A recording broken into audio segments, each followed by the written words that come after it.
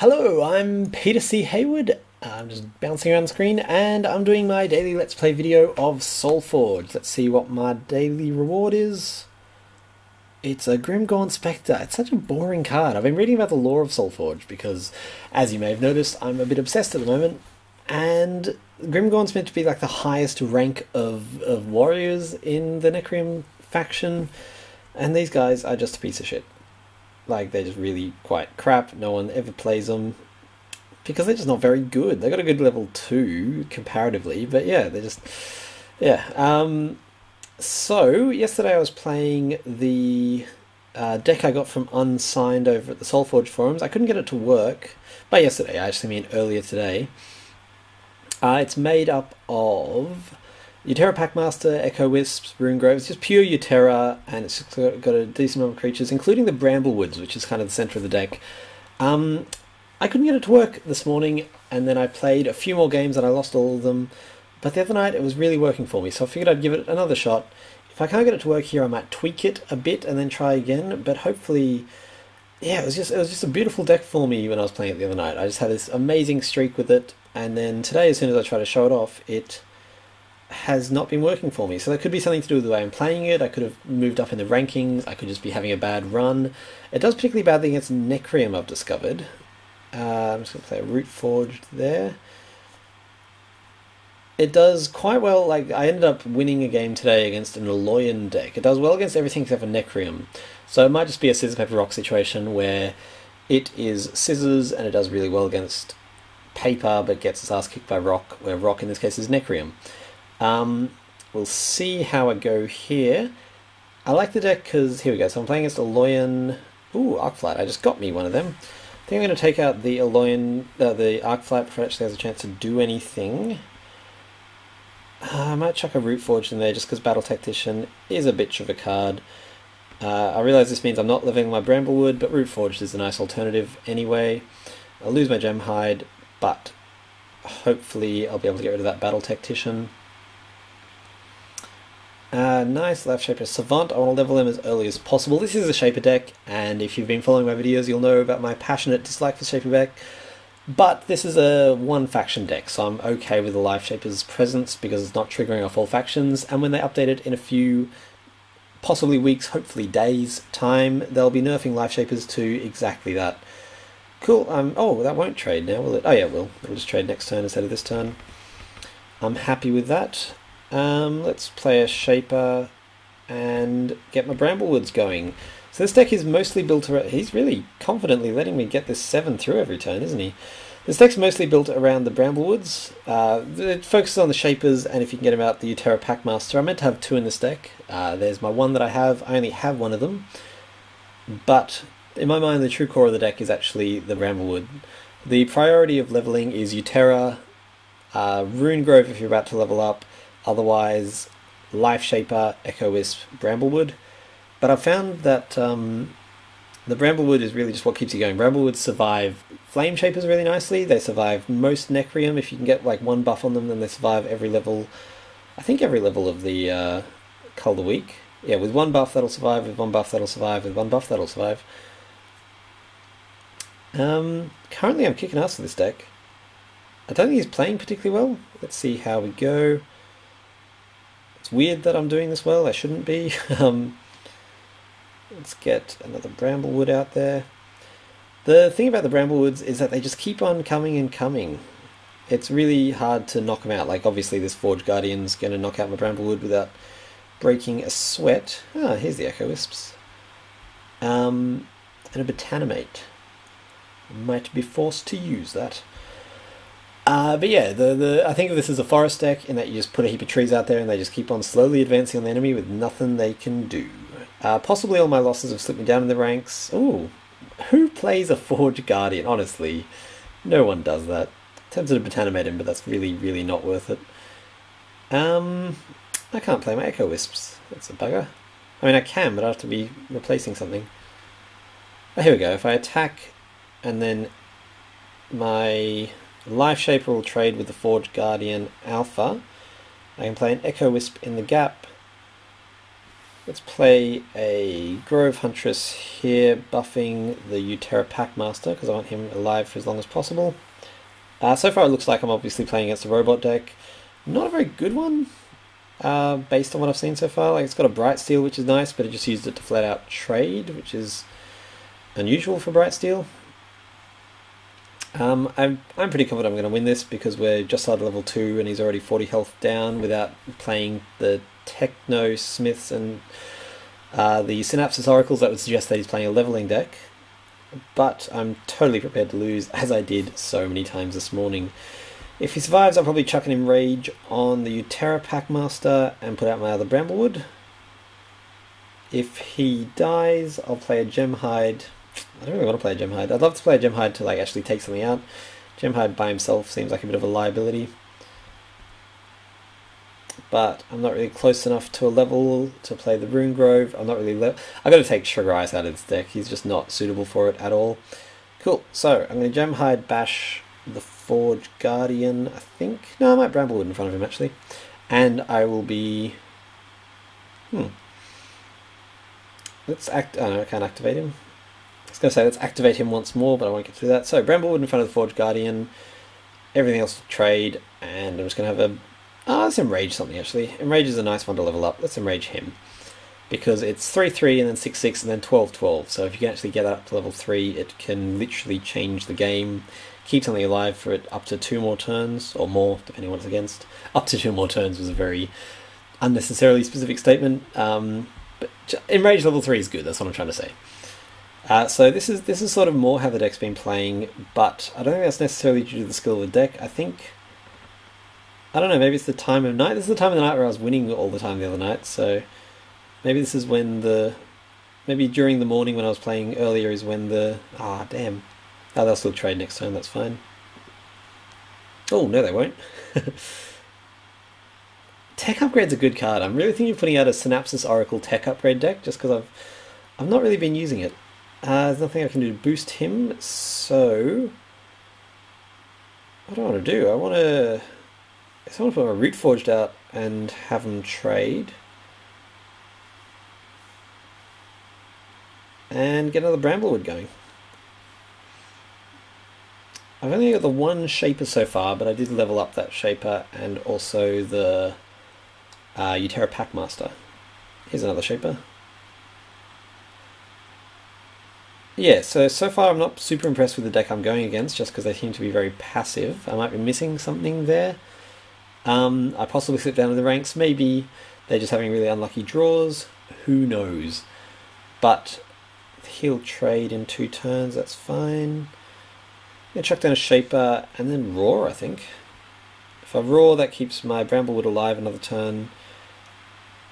It takes actually, yeah, it keeps both my Bramblewoods alive, getting rid of their cards without breaking a sweat. So let's do that. Roar is an incredible card.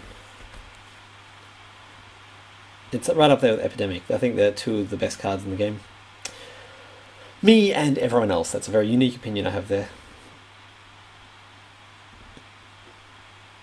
I want to build a bot deck. I want to show off another Shaper deck or 2 just before the patch, just so we have, just so I can actually play them before they're no longer playable in their current form.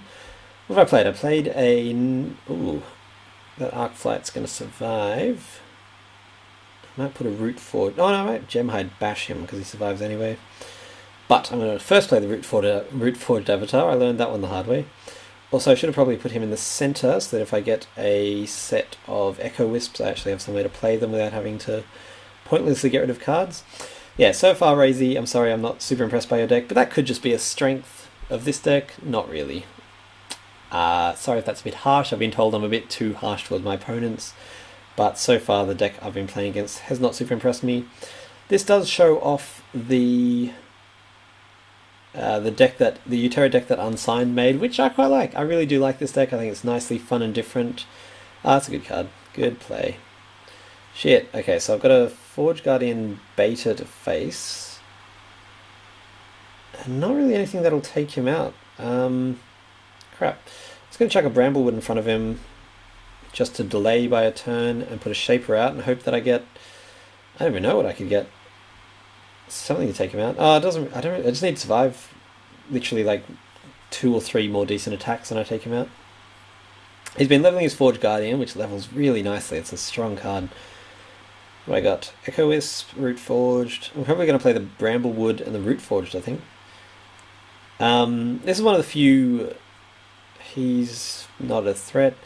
I don't know... Yeah, okay, he's obviously playing a Guardian deck, and Guardian decks are pretty universally... Yeah, so I'm just going to win next turn. No, I'm not, because he played that. I can't take him out. What do I want to do? I might Echo Wisp, because at the moment the aim is just to chuck threats on the board. I wish there was some way I could make him survive. If I'd thought about it, I could have Grove Huntress. And I shall, because sure, he'll get 20 damage through to me, but I'm on 95 to his 14. I'd rather keep my card alive for another turn. Especially with him having 6 health left and 4 creatures he has to block. 3 creatures he has to block to survive. Yeah, so this one's mine, but I don't think I was up against the strongest deck, but I'm going to call it a win. Depending on how I feel tomorrow, I might play this deck once more, because I think it is a fun deck. I just think so far the 2 videos I've made about it have shown it being utterly crushed, and then crushing a not superbly well constructed deck. Cavern Hydra and Silver, so nothing very exciting there.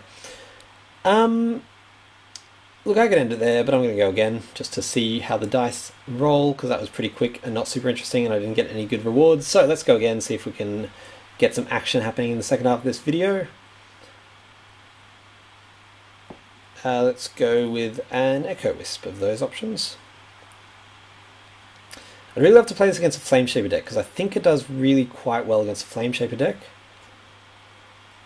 I don't like going first with this deck, because if they're playing Necrium, I won't play my Echo Wisps.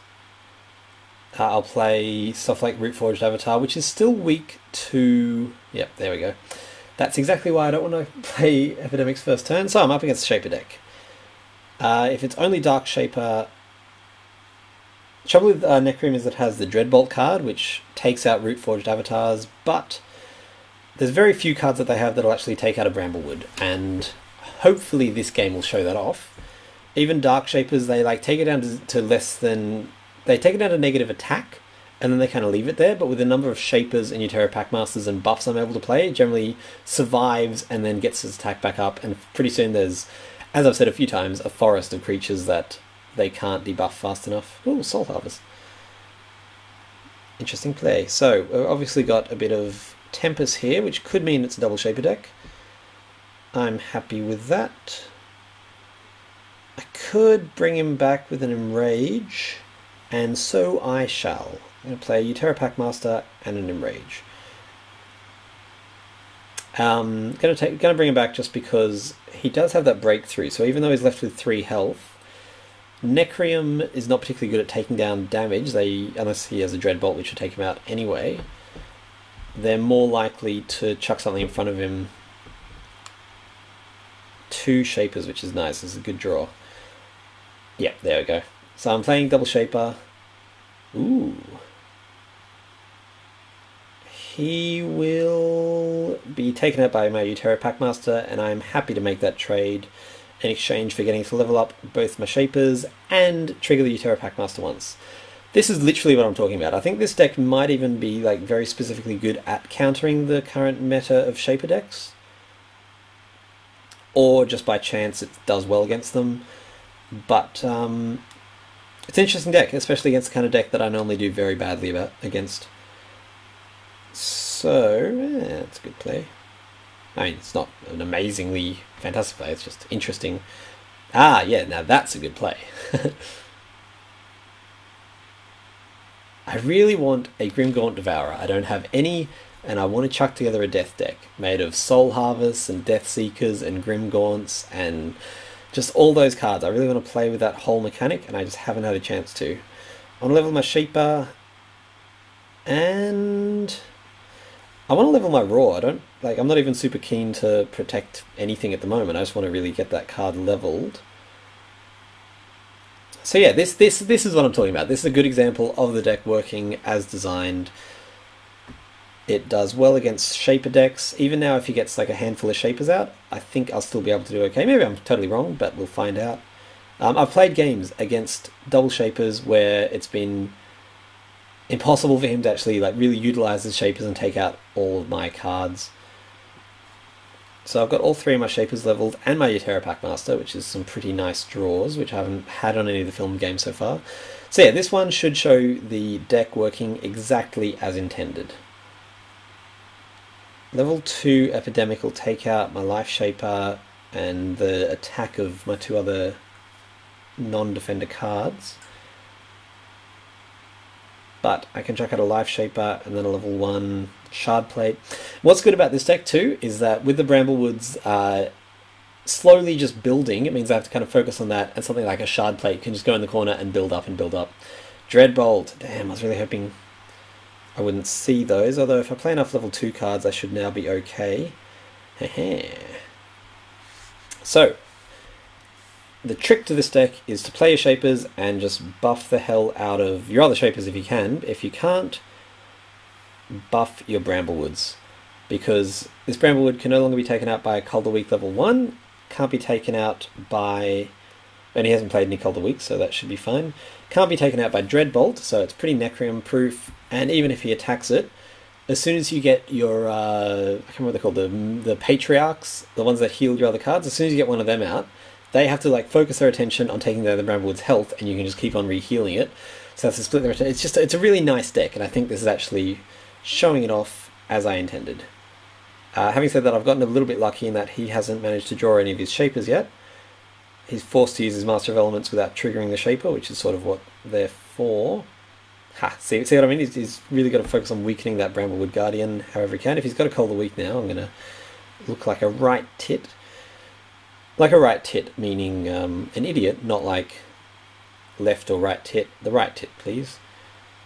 Now, there's nothing I can do to save my Shaper at this point. So I'm just going to chuck a Bramblewood out and buff the other Bramblewood, because that's the strength of this deck, and that's what I want to show you. Even Ferociously Roaring wouldn't have saved him.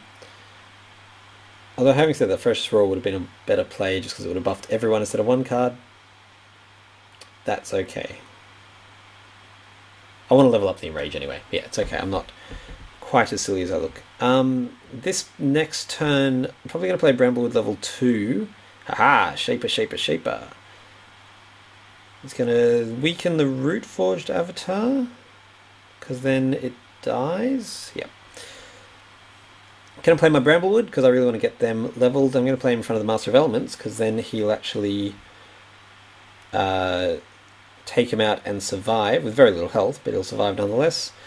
And I'm going to chuck my Rune Grove out because anytime you're about to level up, Rune Grove is a really beautiful play. And it means he has to, in order for his Dark Shaper to survive, he has to chuck both his, what are they called, negative buffs, both his, I don't know what they're called, both of his thingy things on the Rune Grove Guardian. Got a level 2 Enrage, which I'm tempted to play. I'm thinking of chucking that on my Bramblewood who's still alive. Oh, Epidemic level 2. So now they'll trade, but I suspect he's going to play level 1 and use the buff on the Rune Grove, taking him out quite effectively. I could just play 2. No, I'm going to play a Root Forged. And because he's actually going to be quite a tough Root Forged, I'm going to Enrage him.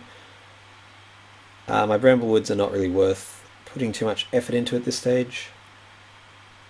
How did my other Bramblewood die? I wasn't paying attention. And my Centaur Bramblewood's just going to pointlessly bash his head against the Scorchmane Dragon. So yeah, this is an interesting game. It's an interesting deck.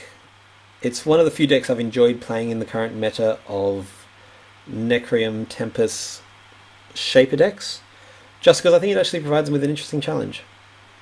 It could be the fact could be one of those decks that counters Shapers nicely but does really badly against everything else, which would explain the games I played this morning. Interesting. Fortunately, he'll be taken out. I don't know why you would play that him. Why you would play that there. He's just going to die.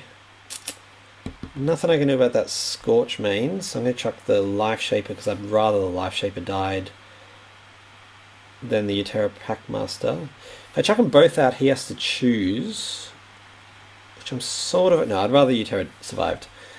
The Uterra is really the core, meant to be the core card. I don't have enough of them to really make that the core card of this deck. I've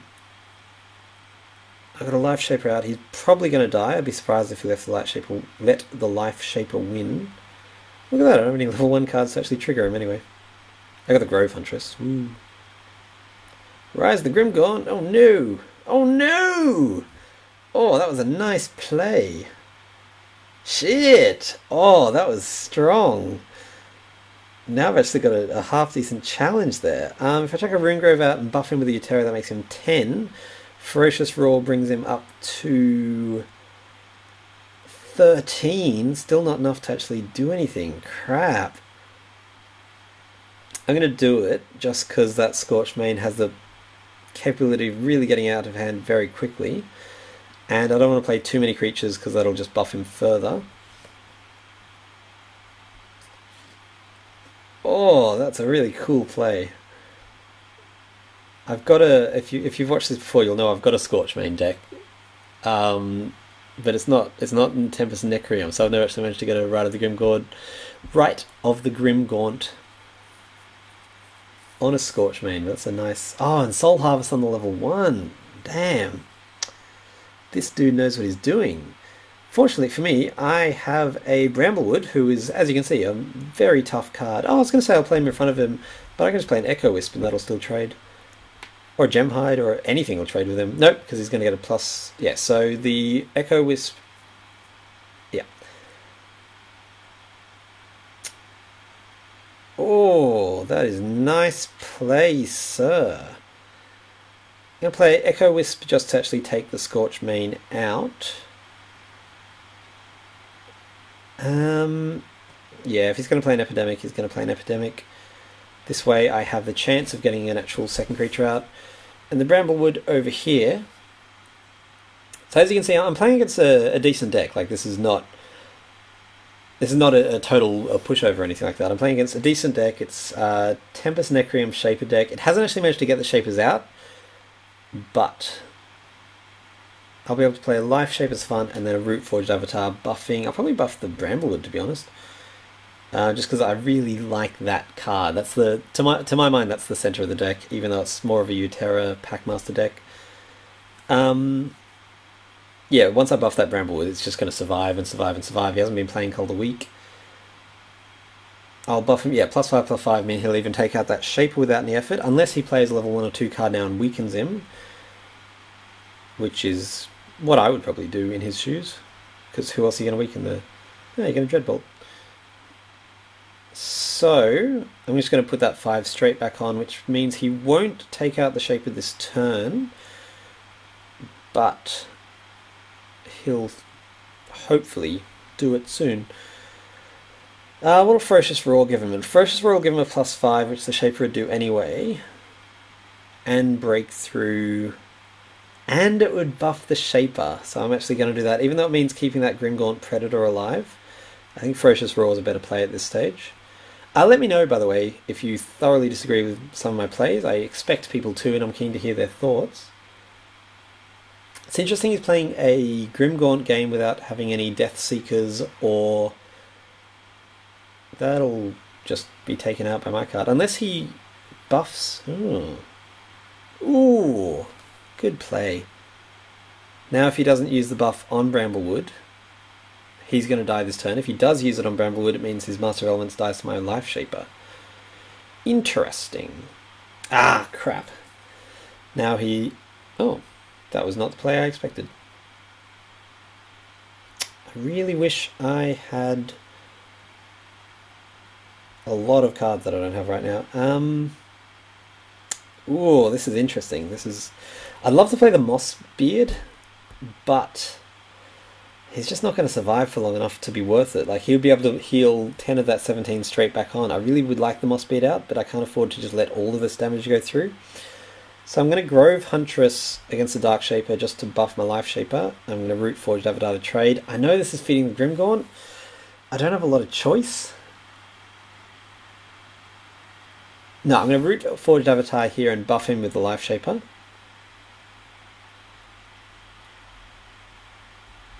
And then I'm going to Grove Huntress in front of the Dark Shaper. Using the Grove Huntress's buff on the Life Shaper, that's a little difference that it'll make. And the buff from the Life Shaper onto the Root Forged Avatar as well. It means I'm still taking the 7/7 from that Grimgaunt, but that's not as big a threat as the rest of the board at the moment. So now my Root Forge will trade with the Grimgaunt, even if he manages to kill off a creature or two. And I've got a really nice draw that I'm very happy with. I'll play the Uterra and the Bramblewood. Whew, I like this deck. I'm really glad this particular hand has been showing it off. That's not a good sign. If you can take the 5 off the Life Shaper, I'm facing a, what's that going to be, an 11/11 Grimgaunt Predator, and I lose my Root Forged Avatar this turn. I don't want to do those things. I can't imagine how he'd be able to take 5 off. Unless he's got a Lightning Spark. He's playing Tempest and he hasn't played any Lightning Sparks. Nope. Okay, that's fine. What? What did he... Oh, Hungering Strike, I guess? Yes, Hungering Strike. It just didn't appear. So, Bramblewood's going to die, but that's okay. Uterra Packmaster's going to be weakened. That's also okay. I'd rather clear the board at this stage because he's got some scary cards out. I'm just glad my Uterra Packmaster will not be insta-dead. Enrage most likely will go on the Uterra. Or I could play, depending on what he plays, I could play the Shard Plate level 2 and then Enrage it. Ah, that's not good. And that's just one hit to the Uterra and he dies too. Crap! Oh man, okay, I'm in serious trouble here. He's got board control and he can just start hitting me directly. So I'm pretty sure I've lost this. Even with plus 12, I think he can still die, but yeah, no matter what I do, they can die. Yeah, if he plays 2 level 1 cards, the Shard Plate dies. If he plays a level 1, level 2, Shard Plate still dies. Means he doesn't do any direct. Oh god, okay. That's a great draw. Or apparently you can just kill him straight away with a Deadbolt. Yep, so I'm dead now. He can just play that and hit me. Any level 1 or 2 card now wins him the game. There we go. So even though I lost, I think that's a better indicator of the game. That was a really, really unlucky draw by me and a really, really lucky draw at him. Also, as we know, Shapers are crazy powerful, but that one was more down to the draw than it was to the fact that Shapers are powerful. And I think that showed off the deck. So tomorrow I'll be back with a new deck, probably a bot deck. I got a request for some other kind of deck. I can't remember what it was now, so I might be doing that. Who knows? Either way, I'm Peter C. Hayward. Thank you very much for watching. Pardon my